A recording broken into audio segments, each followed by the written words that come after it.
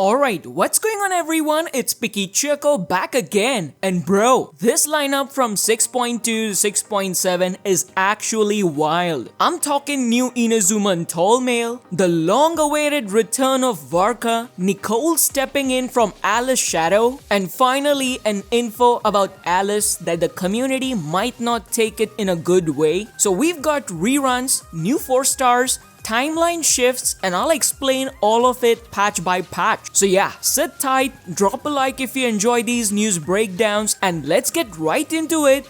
Boom! So starting off with version 6.2, and honestly, this one's already stacked. We're finally getting Durin, our Pyro Dragon Boy, who's a Pyro Sword user everyone's been talking about. His whole gimmick or skill revolves around Mondstadt synergy, or the Hexenzirkel synergy, and very interestingly, he's actually tied to Veresa and Venti's storyline. Like imagine a Pyro Dragon-born knight that buffs its teammates and provides an enormous amount of sub-DPS or support. That's his entire identity. Now in the same phase, we've got Veresa making her long-awaited rerun, along with Venti, who's not just getting a rerun but most likely a new weapon. And oh my god, the weapon looks so amazing on him. Like I'm thinking, why the hell Hoyoverse didn't make this weapon in the first place? And also yeah, Gilonen showing up too. There's also a new 4-star Yahoda or Jahoda, whatever you may call her. She's an Anemo support and it seems like she'll play into the same Wind plus Flame combo theme. So yeah, 6.2 feels like a Mondstadt plus Natlan reunion patch. Lore heavy,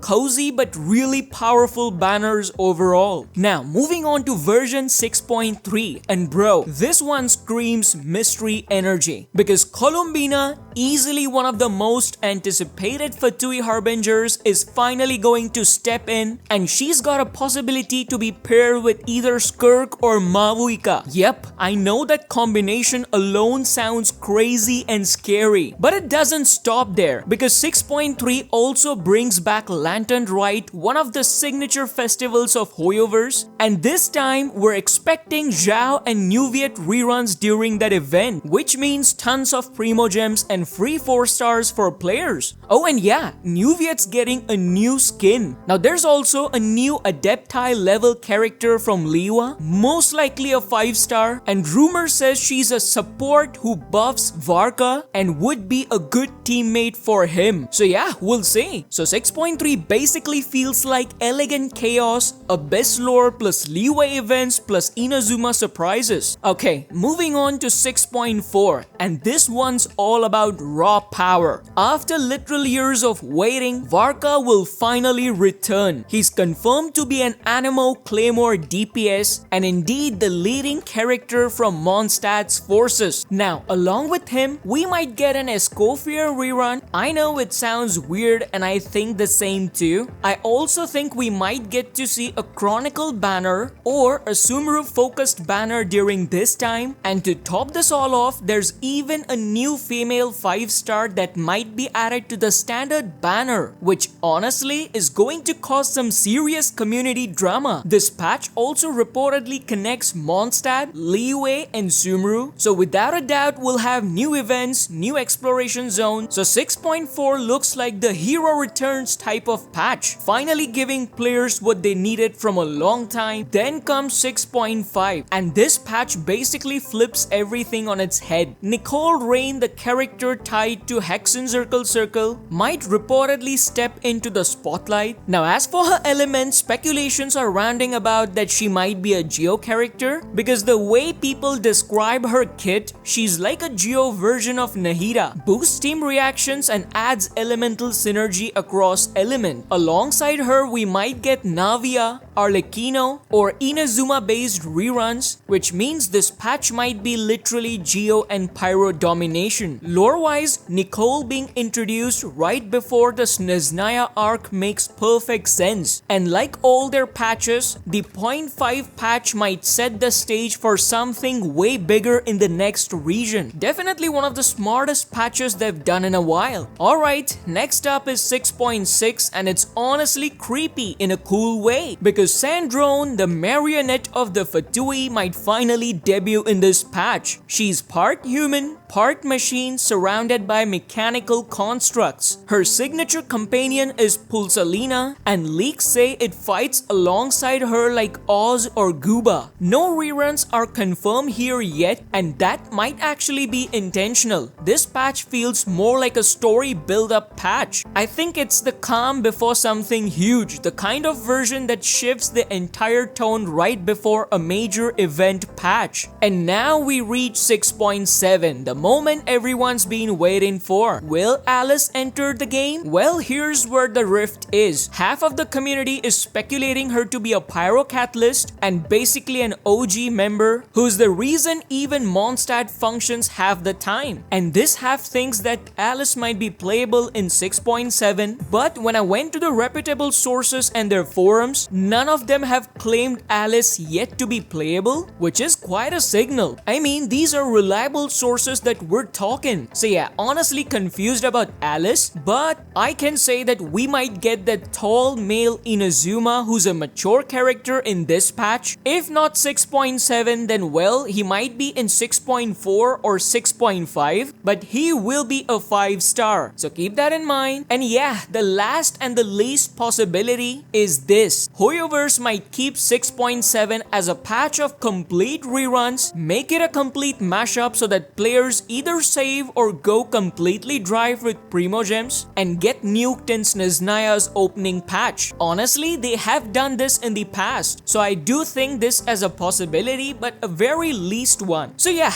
that's your full 6.2 to 6.7 banner roadmap, and I'll be honest, this might be one of the most exciting lineups Genshin's had in years. This does feel like a big challenge for the players, and it will be really interesting to see where players invest their Primogems. Hey, but now, time for a little giveaway. Don't forget to check the pinned comment. I'll be declaring the winners soon. Good luck and make sure you're subbed so you don't miss it. So that's it for today's video. If you enjoyed this full banner breakdown, make sure to hit that like button, drop your thoughts below, and of course, don't forget to subscribe. As always, I'll see you all in the next video with some interesting new news. Until then, stay safe, stay curious, and stay picky.